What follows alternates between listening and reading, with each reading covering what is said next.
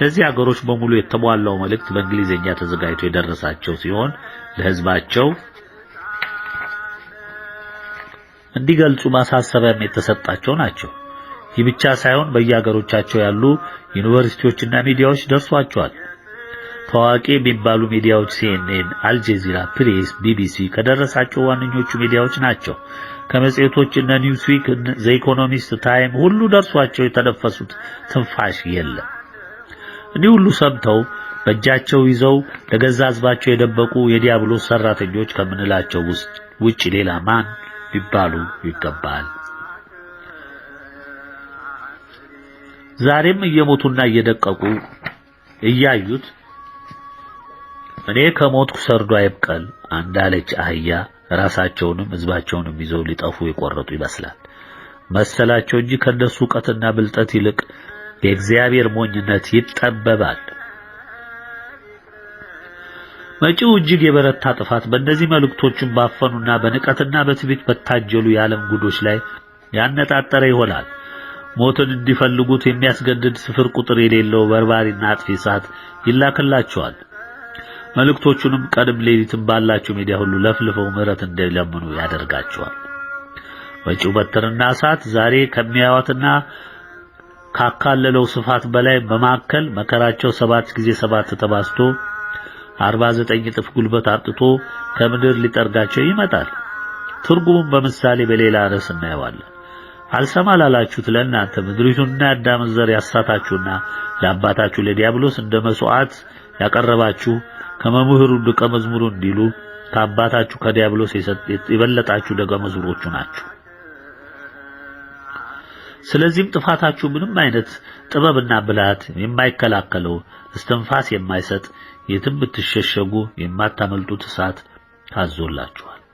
በተለይ በፖለቲካውም በእምነቱም በፍርዱም በኃይል ስምሪቱም በመረጃ ስብሰባውም በሀብት ማካበቱም በጥንቆላውም በመዘርናውም በጨፍጫፋውም በጥቅሉ ልዑል ባወገዘው የአመጽ ኃጢአትና የትዕቢት ሥራ በግንባር ቀደምትነት የተሰለፋችሁ በየትኛውም ደረጃ ያላችሁ መሪ ተዋናዮች በሙሉ ትካተታላችሁ። የጥፋቱን የኃይል መጠን ዝርዝር በሌላኛው ርዕስ ስር ታዩታላችሁ። በሙሉ መልእክት ኢትዮጵያ የዓለም ብርሃን መልእክት 3 ገጽ 83 ይህን ይላል። ይህ የውሳኔ አፈጻጸም ከወጣና ከተፈለገው አቅጣጫ መሄድ ከጀመረ ከመጀመሪያው መዳረሻ ቀን ጀምሮ ዓለም የጠረጋውን ምንነት በሁሉም የዓለም ገጽታ በሁሉም የሰው ዘር ኑሮ ዙሪያ ታያለች። ከዚያች ዕለት ጀምሮ በቁጥር 1 በቁጥር 2 መልእክቶች የተጠቀሱት የቅጣት አይነቶች ይፈሳሉ። ማቆሚያ የላቸውም። የትኛውም ብልሃትና ዘዴ አያቆማቸውም። እንዲያውም የሰው ልጅ ትዕቢቱን ካጸና እጅግ ታይቶ የማይታወቅ ጥፋት በዓለም ሁሉ ላይ ይሆናል። በዚህ ሰዓት በዓለም ሁሉ ያሉ አገሮች መሪዎች፣ ዓለም አቀፍ ድርጅቶች ከነሹሞቻቸው ከነአገልጋዮቻቸው ግንባር ቀደም ተጠራጊ ይሆናሉ። ሊሆን ይህ መልእክት መጥቶልሃል። 5 የተለያዩ የእምነት ተቋማትና ስለ መልእክቶቹ ያላቸው አታይ የመጪው ቀጣይ የሁለተኛ ደረጃ የእሳት ማበጠሪያ ያጣፈንታቸው።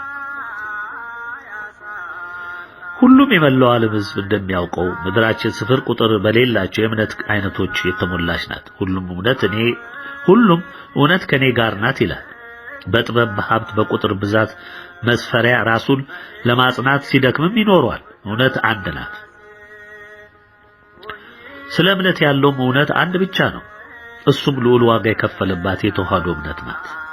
ሌላ እምነትና እውነት የለም። ከሷ ውጪ ያለው ሁሉ ዲያብሎስ ያደራጀው አምልኮት መልክ ያለው በቁጥርም በስቶ ዓለምን የሸፈነው ወደ ጨለማ የሚወስድ እየወሰደም ያለ የጥፋት መንገድ ብቻ ነው። እስኪ እነዚህና ዋናዎቹን ህዝብን ይዘው እየጠፉ ያሉትን ባጭሩ እናያቸው። እኔ የቅርብ አምላክ ነኝ እንጂ ሩቅ አምላክ አይደለሁም። ሰው በስውር ቢሸሸግ አላየውምን? ሰማይና ምድርን የሞላሁ እኔ አይደለሁምን? ይላል እግዚአብሔር። ትንቢተ ኤርምያስ ምዕራፍ 23 ከቁጥር 23 እስከ 24። የማሰማሪያህን በጎች ለሚያጠፉና ለሚበትኑ እረኞች ወዮላቸው። ትንቢተ ኤርምያስ ምዕራፍ 23 ቁጥር 1። ካቶሊክ ይህች እምነት ምን ትመስላለች? እጧስ በሙሉ በመልእክት 3 ገጽ 26 እስከ 30 ተብራርቶ የተገለጸ ሲሆን ባጭሩ በክርስትና ካባ በፍልስፍናና በእውቀት ተሞልታ ብዙ በእውቀት እምነት የተሞሉ ልዑልን በጥበባቸው ስለው የሚያመልኩ ሕይወት አልባ የሆኑ ከእውነተኛው አስተምሮ ከተዋህዶ እምነት ቀድመው ተገንጥለው የወጡ ዛሬ በቢሊዮን የተቆጠሩ ሕዝቦችን ለዲያብሎስ ምርኮ የሰጡ የልዑልን ኃይል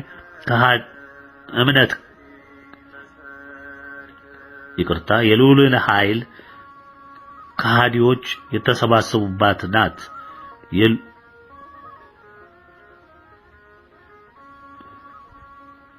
የልዑልን ኃይል ንቀው ከሃዲዎች የተሰባሰቡባት ናት። በ431 ዓመተ ምህረት የተፈጠረችው ካቶሊክ ዛሬ ልትከፍለው ግድ የሚሆንባት የብዙ በጎችን ደም ለሐሰተኛ ትምህርቷ ስትል ያፈሰሰች ናት። እንደምንሰማው ውርደቷ ቀድሟል። ግብረ ሶዶም ዓለም አቀፍ ነጋዴ የተዋህዶን እምነት ለማጥፋት በረቀቀ ስልት ዛሬም የምትደክም ናት። በተለይ በኢትዮጵያና ከመናፍቃን ጋር አብራ የተዋህዶ እምነትን በጥበብ በማስተምሮ ስም በእርዳታ ስም ለማጥፋት እየጣረች ያለች ናት። በኢትዮጵያ መንግስት ልዩ ድጋፍ ከሚደረግላቸው ከመናፍቃን ቀጥሎ ካቶሊክ ዋናዋ ናት። ይህችም የእምነት ተቋም ከመጀመሪያው ጀምሮ የመልእክቶችን መውጣት ተከትሎ ስውር አፍራሽ የዲያብሎስ ሥራ ስትሰራ ቆይታለች። መልእክቱ እንዳይሰራጭ ከሚደክሙት አንዱም ናት። መልእክቱ በይፋ በሚዲያው ከወጣ በቢሊዮኖች የተገነባው ቁጥር ብቻ ሆኖ እንደሚቀር በሚገባ ታውቃለች።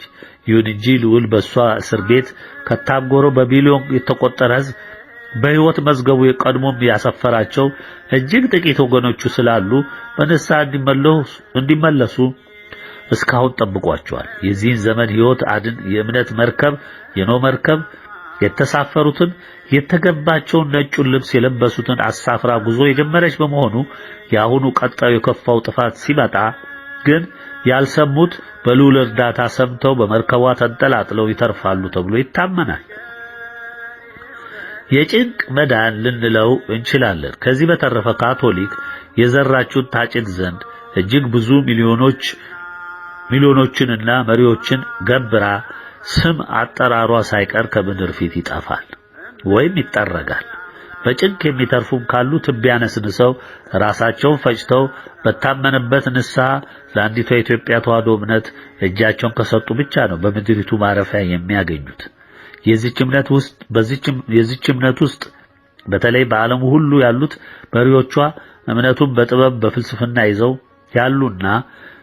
ያሉ ናቸውና ብዙ ቴዎሎጂ ኮሌጆች ያላትና በዚያም የሚበዙት አገልጋዮቿ ቀሚስ ለባሽ ዲያብሎሶች ቃሉን በፍልስፍናና በጥበብ ሰንጥቀው በይደውና ደርተው የተሸከሙ ናቸው። እኔን እየፈለፈለች ያለች ናት። የኛው አገር የተዋህዶ እምነታችን መሪ ጳጳሳት ዲግሪ ተቀብለናል፣ ዶክተር ሆነናል እያሉ እንደ መልካም ዝና በአውሮፓና በአሜሪካ በሩሲያና በአጎራባቾች ካሉ ቴዎሎጂ ዩኒቨርሲቲዎች የለቃቀሙትን የፍልስፍና ለበስ እምነት ተሸክመው መጥተው ለሕዝብ መልካም ነገር ገብይተው እንደመጡ ሳያፍሩ ይናገራሉ።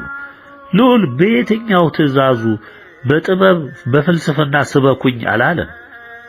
ሁሉም ሐዋርያት፣ ሁሉም ነቢያት ከፍልስፍናና ከጥበብ ትምህርት ቤት አልወጡም። በፍልስፍና ትምህርት ቤት መግባት አላስመረጣቸውም። የእምነት ጀግኖች እነ አብርሃም፣ እነ ጴጥሮስ፣ እነ ኤልያስ፣ እነ ዮሐንስ እንደ ምሳሌ ስናያቸው ከየትኛው ኮሌጅ ወጡ? ዓለምን ያስደመመው የእምነት ጀግኖች ዛሬም ላሉት የእውነት ምልክቶች ናቸው። ስለዚህ ካቶሊክ ከነምናምንሽ ከነዝግንትልሽ በርባሪና በአውዳሚ ሰዓት ፍጹም ትጠረጊና ምልክትሽ እንኳን እንዳይገኝ ሆኖ በሁለተኛው የእሳት ወንፊት መበጠራችሁ ይፈጸም ዘንድ በልዑል ፈቃድና ትእዛዝ በእኔ በባሪያው በኩል ትእዛዙ ወጥቷል። በዚህ ርዕስ ስር ማስታወስ የሚያሻን ነጥብ ቢኖር ለኢትዮጵያ መባረክም ሆነ መመረጥ እንደ ምልክትም ሆነ እንደ በረከት የሚታዩት በየገደሉ በየመቃብሩ በየዱር ወንበር ዘርግተው ቅጠል ቀልሰው ዜማውን ቅኔውን ድጓውን መጻሕፍቱን በወጣቱ አእምሮ ውስጥ አፍስሰው መተኪያ የሌለውን ዕድሜያቸውን በሙሉ ለዚህ ጌታ ለወደደው ሥራ አውለው ዛሬ አልፈው የሚታዩትን የአብነት ትምህርት ቤቶችን